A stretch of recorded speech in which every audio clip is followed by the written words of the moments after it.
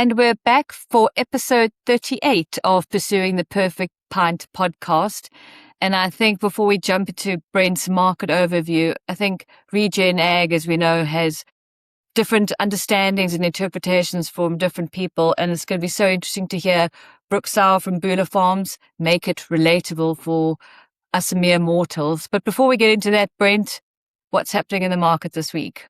Well, I guess what we said in the last couple episodes, Danielle, I think if we summarize, I guess harvest for barley in Europe is more or less complete, I would say, and we know the outcome, which I would say we know the problems in south of England and France and so on. But in general, we've got a reasonably good outcome because Denmark has delivered. So I guess there's a couple of things. The crop is what it is in Europe, and there'll be enough for selectable malting barley. So that gives the market some comfort.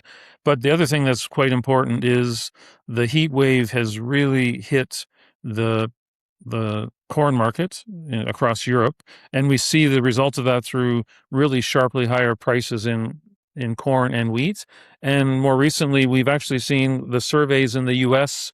Because they've had some heat and it hasn't been perfect conditions. So it's still a pretty big corn crop in the U.S., but it's not anywhere as good as people expected. So they've actually downgraded it. That's also given corn prices another boost. So I guess the bottom line I would just warn people is it's kind of a no, don't be worried about it barley story, but the stuff to worry about is the outside markets like corn and wheat, because they will have a big influence on things. And I think it's going to impact the pricing cycle all the way till crop 27. So as we say when we get on the plane, fasten your seatbelts. It could be a bit bumpy along the way. And I think that's what we can expect in the world of barley pricing as well. So, Brent, for those people who can't see the graph, so how much has the corn and wheat price shifted just recently? Well, they've gone up generally when the weather was getting warmer. They jumped up, and it wouldn't be uncommon 10-15%, and I think it's probably made another 5 to 10% increase. So it'll probably stabilize now, I would think, just given the damage is done, and whatever is there will be harvested in the coming weeks. But the end result is already there. We've already seen Europe, and Spain in particular, has already imported a sizable amount of U.S. corn because they know there's a shortage, and the whole thing just ties one to the other. So exports out of the U.S. increase, their crop size is lower. Basic supply and demand means that prices go up because you've got lots of demand and supply has been reduced. So this thing just the cycle continues. So we will see again this outside market, but I'm not projecting that it's going to go massively higher from here. But we are moving up into a different plateau. I guess I'd put it that way. And in terms of total world barley production, Brent, it's. Given all the problems we've had, Danielle, in Western Europe, for example, I've been raising my forecast. So we're going to be about 152 million tons of global barley production, which is down from 156 million tons last year. But good prospects in Australia, Argentina looks okay. Canada's slightly better than I anticipated. So and other, if I say more random places like North Africa and parts of the Middle East, and including Turkey, they've missed all this bad weather, and they've actually had very good conditions. So we see when you put that in a pot and stir it all together, we will be down in overall production. We will be down in malting barley availability globally because of the problems in France, but overall supply certainty is there. You may have to go further to get it in some cases, but generally speaking, the barley is going to be there. And I think, as you always say, it's a big connected world. So whilst Europe is struggling, there's still areas of the world that are doing just fine. A tide floats all boats. Yep. There you are. And Brent, as we get into your brilliant discussion that you had with Brooke Sauer from Boolah Farms on understanding Regen Ag for those of us who don't really understand it that well, let's hear what you spoke about. Okay, well, the Perfect Pint podcast is now making a journey back to Australia, and today we have a very topical subject. So, thanks to Brooke Sauer from Boolah Farms, we're going to talk about regenerative agriculture, and we're going to go through what that is in some detail and what it means from Brooke's perspective. But first of all, Brooke, thanks for taking some time, and good to catch up again as always. And maybe we could start off with you could do a little bit of an introduction for what you do at Boolah Farms and maybe where you're located for those that aren't sure where Moree in northern New South Wales is. Yeah, sure. Thanks so much for having me, Brent. Brooke Sauer, based in Moree. So I'm head of R&D and sustainability for the Boolah Group. I joined the company almost 3 years ago now at the end of 2023 on the back of our harvest. And I mostly look after our trial farms, also our Regenerative Ag, Regen for Real sustainability program, and then working directly with our customers and our end users to make sure that Regen for Real stays on target to be useful to both the growers in our network, but also the end users that we connect commodities with. Yeah, and I think we'll come back to that because it's a very interesting story, and we'll get into the scale of it because you talked about your farmers, so there's a network there that we'll get into. But I thought, Brooke, as we said in prepping for this, we should maybe make sure there's at least some basic understanding of what regenerative agriculture is. So I did my homework, so I did my part. So when I looked at your website, of course, it's around soil health, reducing inputs, which would be things like synthetic fertilizer, which has a very high carbon footprint, biodiversity, reducing emissions, of course, and community impact. So those, in a broad sense, if someone's saying, well, what is regenerative agriculture? It's about farming differently with I would say with a much longer perspective in terms of making sure you're doing the right things for the climate and the environment and so on. But maybe in your words, if you wouldn't mind, Brooke, what's regen agriculture? And you've now mentioned it a couple times. Your program's called Regen for Real, which makes a lot of sense just in the title. But maybe talk a little bit about what does that mean when we talk about this big topic of Regen Ag from your perspective. Yeah, look, Regen Ag's been around for a long time. Probably there's been a fairly large movement here in Australia for at least probably 15 years. And I guess the key principles around Regen Ag is this sort of really strong transition away from the use of synthetic inputs, including chem and fertilizer, and thinking more holistically about the soil as a living thing and really, I guess, adopting a lot of practices that really kind of focus on building that capability of the soil to support plant life. So Regen for Real, I guess, is not dissimilar or unlike it, and it's certainly not intended to be a play on words, but Regen for Real is maybe a little bit more holistic. So it is really about how do we actually transition from a very high synthetic input farming system that we have here in Australia that is reasonably profitable, but certainly high yielding and high quality. And to be really frank about the situation, Brent, a vast majority of Australian farmers are so reliant on those synthetic inputs to maintain quality, maintain, I guess, that level of profitability, but it's not, I guess, necessarily a sustainable way to continue to farm. And so Regen for Real is really about playing on those opportunities where we can reduce our reliance on synthetic fertilizers, particularly the fert piece, which is our biggest contributor to greenhouse gas emissions reporting. But also look at how we actually build soil health, soil capability for a much more sustainable future. Now, that really means that we're farming for the future and ensuring the longevity of the industry, but it's also about how we find that pathway of not just literally turning the tap off on inputs and going to completely biogenic or organic or anything like that, but actually transitioning along the way so that we maintain that level of profitability. More importantly, because we deal directly with end users who expect a certain quality, that we're also maintaining that quality. The Regen for Real piece, I guess, is a little bit more than just those on-farm practices and on-farm soil. It is very much centered around that, but it's also about our impact as a business on community and ensuring that our regional communities stay vibrant into the future to continue to support farming operations and the production of food and malt barley.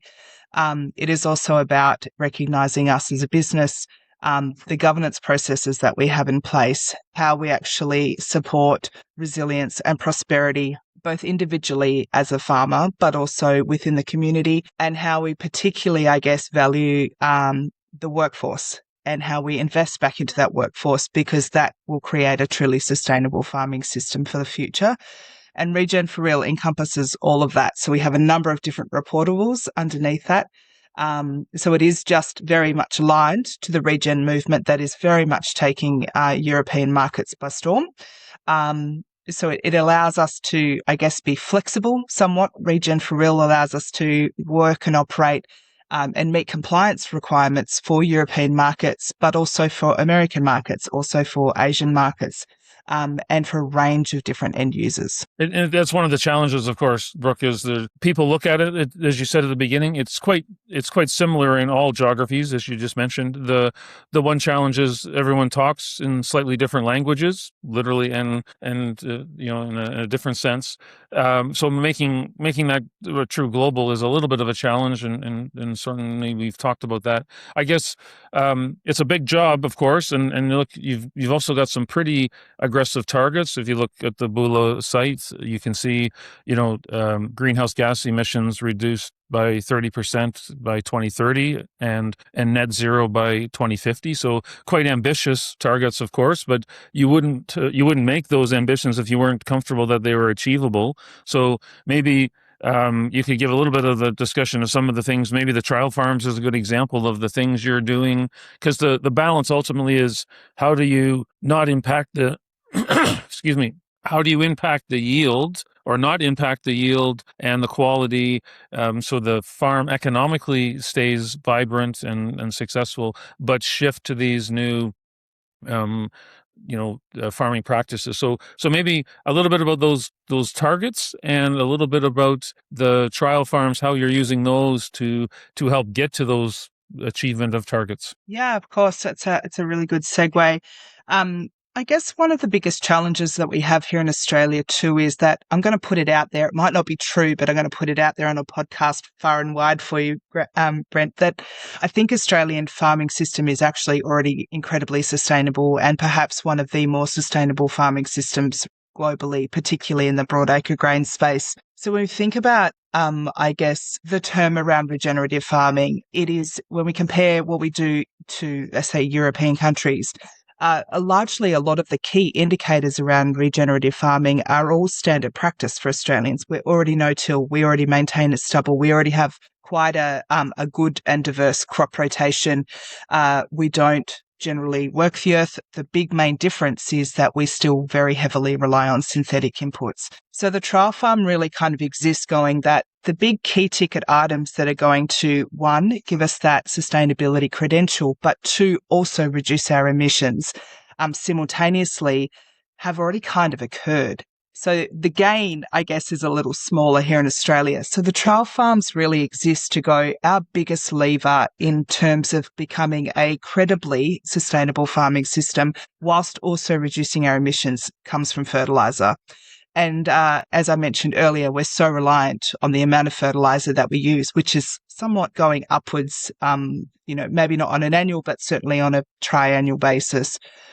So the trial farms is really looking at what range of practices, what range of changes in inputs can we actually mesh together in a stacked kind of way that is going to give us the greatest benefit on soil health, the greatest benefit in terms of greenhouse gas emissions, without terribly compromising our quality and our yield. But if we do lose a little bit of yield, are we making up for it in terms of profitability? So the trial farms looks at everything from say seed dressings that have the ability to capture carbon out of the atmosphere and store that in a really stable format in the soil, right through to bioorganic type fertilizers, high carbon based fertilizers as well, that come from in a circular type way out of a feedlot, that come to our farm, that we provide grade back to the feedlot and that sort of thing. We're also looking at a lot of biological stimulants, biofertilizers and things like that have the capability to either compensate for a reduction in the sheer amount of synthetic fertilizer that we apply, or they actually provide an alternative source of the macronutrients that we need. So nitrogen, phosphorus, potassium. So the trial farm is lots and lots of individual trials, but the second sort of phase of those individual products is actually how we blend them together to find that pathway towards a 30% reduction within the next 3 to 4 seasons. So yeah, and you touched. I think it was good, and I didn't mention it. I thought of it, and I should have. And you're 100% right, Brooke.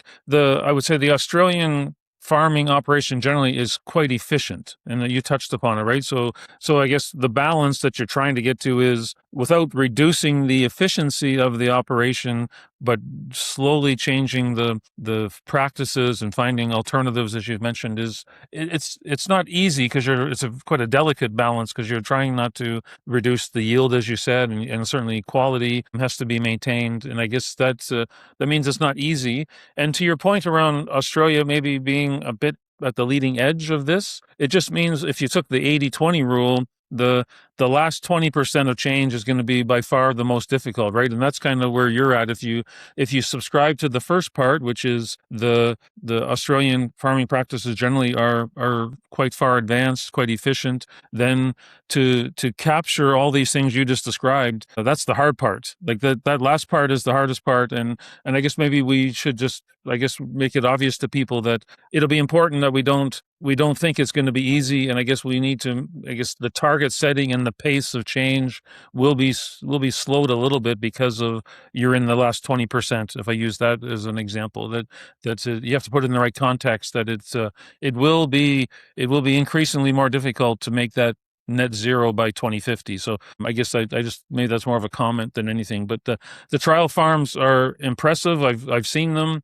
and there's a lot of them in terms of trials, which is good. At some point, I guess you'd have to narrow those down, and we've talked about it. Like, I guess there's in the earlier phase, I guess you try everything more or less, but then what can you do to try to narrow that down? I guess you're kind of selecting the most optimal parts of all that and trying to focus in on a few of the real important changes. Is that a good summary? Yeah, it absolutely is a really good summary. I guess, we have sort of gone far and wide for the biggest impact at the beginning. And now we're sort of at the pointy end of going, how do we actually couple these practices together? And if we're trialing a range of different biostimulants, for example, that all have a range of different modes of actions, different functionality, potentially different benefits, how do we actually stack them together in an economical and efficient way that gives us the greatest of everything? So, the greatest resilience, especially in Australia, that we're fairly climate adverse. Do you know what I mean? And I don't mean that in a sustainability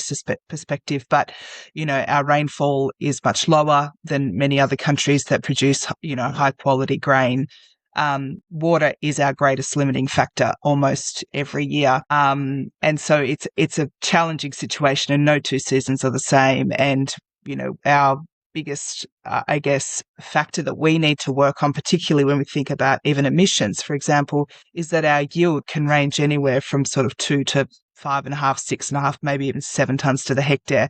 And that is largely just driven by the seasonal variances. And so, it's about optimally giving, those levers that we can pull with the least amount of risk. And how do we stack them all together to provide a clear and apparent pathway that is flexible depending on the season, so that somebody doesn't overcapitalize either from an end or at a profitability perspective. So it is challenging. We're at the pointy end.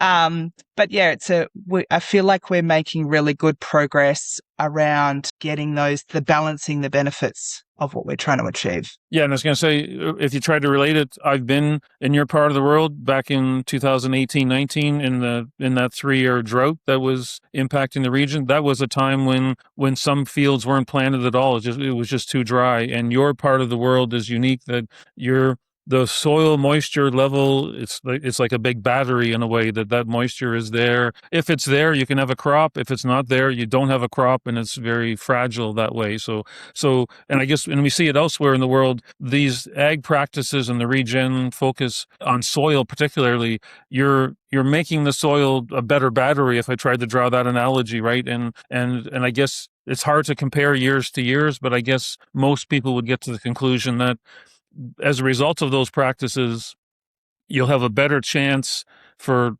crop success going forward because you've done all these ag practices. It's really hard to quantify it. It's more subjective in some sense, but most people would agree that you can actually see the benefits, and it comes to life in your parts of the world, which is very important to that point. But maybe the proof in all this, there's a couple of things I wanted to make sure we deliver to people. One, you've got the trial farms, and you do a farm day, a farmer day, which is massively successful. So maybe just talk a little bit about the number of people that attend, because for me that says there's a lot of interest.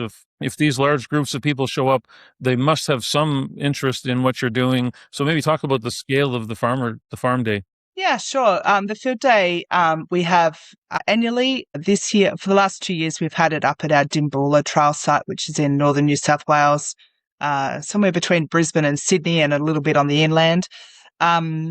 We get roughly between 300 and 400 people at the field day annually, which is pretty amazing. And about 80% of that are either farmers or agronomists and farming consultants. So there is a really big interest in what we're doing, and I think it really comes back from the practicality of what we're trying to do. Is not just that we're kind of making this rapid transition. It is a moderated way to actually achieve both sustainability, but also greenhouse gas emissions reporting. And whilst that's still, I guess, evolving here in Australia with, I guess, limited customers requiring that, limited expectation on doing this today. But the interest is there from a lot of people. And I think there's, by and large, a lot more Australian sort of customers that actually, Australian farmers that want to be a little closer to their supply chain too. So I think largely the field day really attracts a range of different people, including supply chain, because it's a great way to connect with farmers, but it's a great way for farmers to sort of look and peer over the fence at what we're doing, thinking about what tomorrow brings for them. Yeah, and we know farmers are very pragmatic, so I think it's a great way. They you could tell them the story, and they may kind of believe it or maybe not. But when you show them the practices and they can actually walk in these trial fields is pretty good. The other point that I thought was quite important, Brooke, is to talk about the scale. And you talked about farmers, and I guess you talk about the farmer network. So you got the Boolah Farms operation itself, but there is a network of farmers that have seen what's been put together and want to be part of it. So maybe you talk a little bit around the farming network and the scale of how or where you are in terms of not just doing all these practices, but at the kind of scale that you're working at. Yeah, sure. So, Boolah Farms operates over about 26,000 hectares, spread across around about 250 kilometres, I guess. So we are barley farmers as well, as being, I guess, at the forefront and connecting grain. Then we have a network of growers around us. So in the north, we have 11 other growers who will supply a range of different commodities to us. They don't supply them to us. We connect them on their behalf. And all of those growers are part of the Regen for Real program as well. So they are reporting against the same indicators that we are as farmers. We actually aggregate and collate that data and connect that along with the parcel of particular grain that we connect through to the end user. In Victoria, we have a bit more of an emerging group of growers down there. So we have another trial farm in Western Victoria as well. It's not quite at the same scale as Boolah, but it's fast getting there. I think we have 13 trials there this year, building on 4 last year. The field day will be down there this year too. And that grower group, I guess, is supplying a whole different customer again. So very same principle, same practice, and a very sort of scalable model. So we kind of center, I guess, these trial farms within a network of growers. And whilst they benefit the larger public, and the trials are not just for our growers, but it gives those growers, I guess, that really clear opportunistic pathway that they can follow, that is going to allow them to report progress over time under the Regen for Real framework. Yeah, no, it's great. And if you put that all together, I guess in malting barley terms, what kind of tonnage would you envision as you look ahead 2 or 3 years? What's your vision in terms of scaling that up when you put it into tons of malting barley? Yeah, look, I mean, I think we've probably gone from, in a fairly early stage, just under the regen piece, not just what we, supply, generally speaking.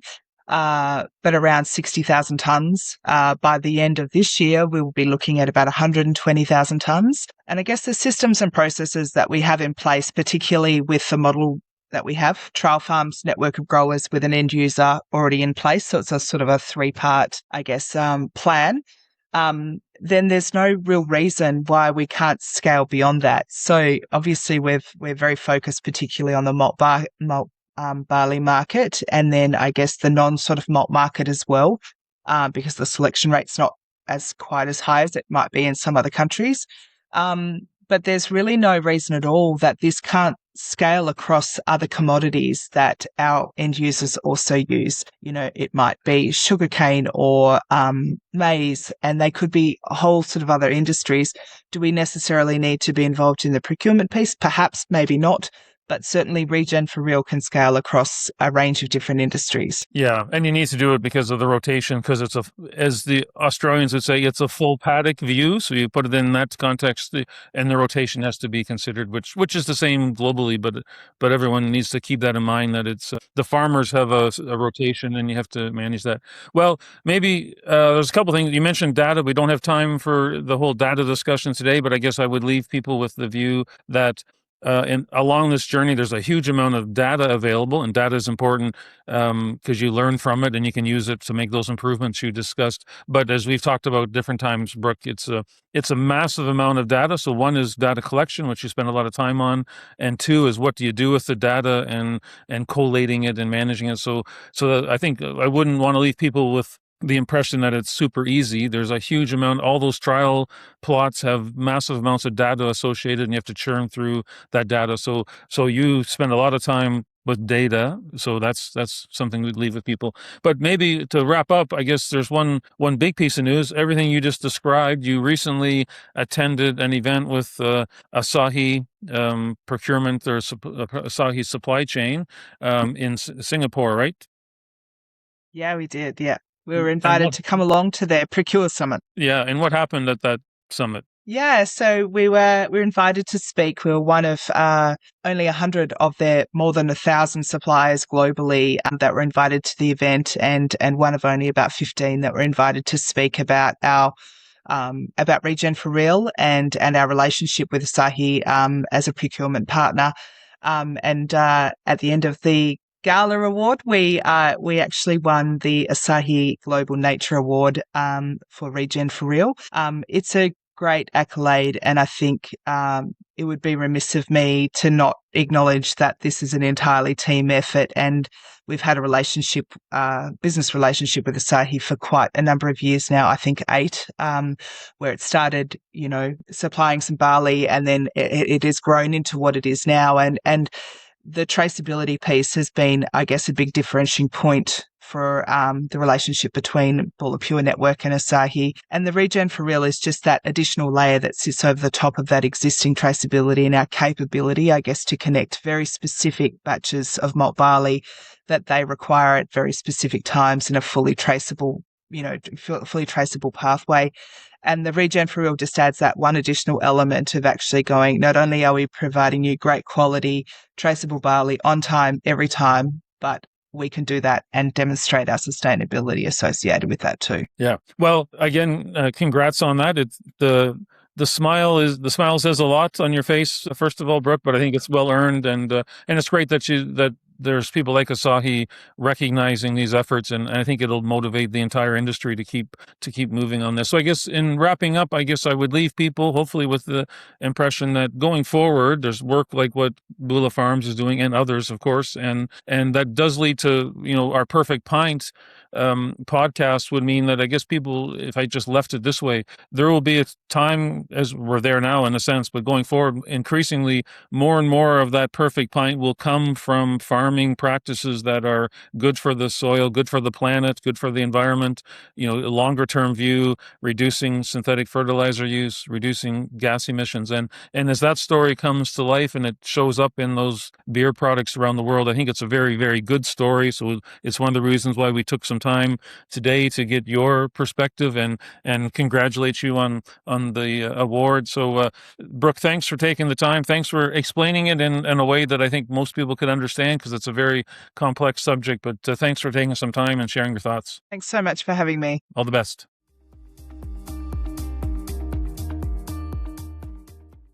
I think, Brent, that puts it into high relief, certainly for me, to try and achieve a 30% reduction in inputs, synthetic inputs in 4 seasons. Not talking about 2030, but the number of seasons remaining.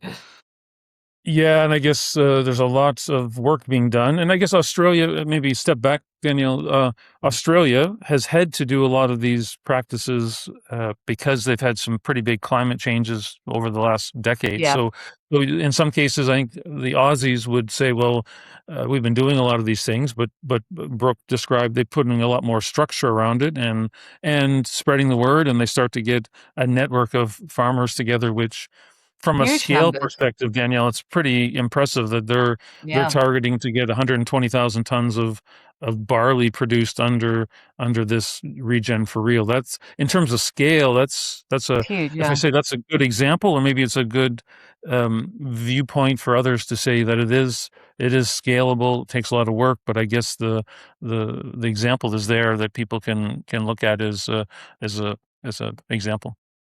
Yeah, I think if you think about sort of Regen Ag as a bit of a ladder, right? They're already halfway up the ladder because they're already doing the no-till sort of early adoptions pieces, and now focusing on the next part of the journey. Yeah, the 80-20 rule, right, Danielle? We've talked about that in different contexts, and the last 20% will be the most difficult. So back to your point, you got four crop cycles. That's true. You've already done a lot of heavy work. That's true. But the last 20% will, as always, that's the most difficult 20%.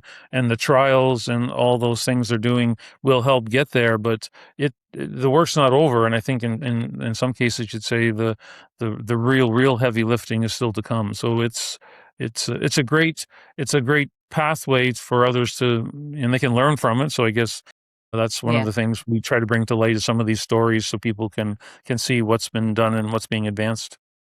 And I think the other thing is, it was very clear from Brooke's discussion around being very customer centric, really being clear about what different customers in different parts of the world are looking for, and closing that loop, which I think was, recognized by Asahi, and its direct relationship they have with Asahi, and being recognized at their sort of global procurement conference.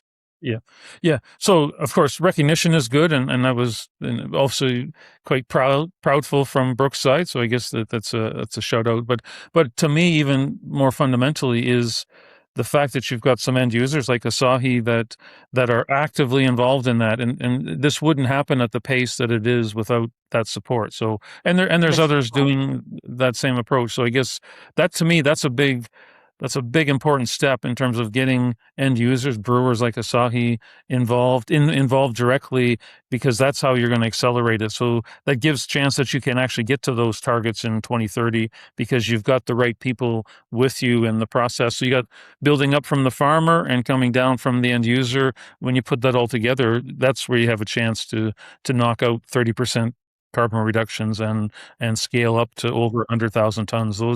Those things can happen because you've got an end-to-end supply chain connection. Absolutely. Well, Brent, there was from this week was Regen Ag, and where are we off to next week? Well, upcoming, we've got a couple. We're traipsing around the world, Danielle, so I guess that's part of the fun, that we get to connect with people elsewhere. So we're going to head back. I think we're more a little bit back to the UK, I think, is coming up, and we're covering a wide range of topics. So we've got a couple things in different parts of the world. So we're keeping a bit of a mix there to hopefully keep it interesting and explore different parts of the world. And just a reminder to anyone listening, if you've got any interesting stories you'd like to share, just get in touch with us. We'd love to chat to you about it. Cheers. Yep. We're available. Pursuing the perfect pint anywhere. Yeah. Cheers, Brent. All the best. Cheers.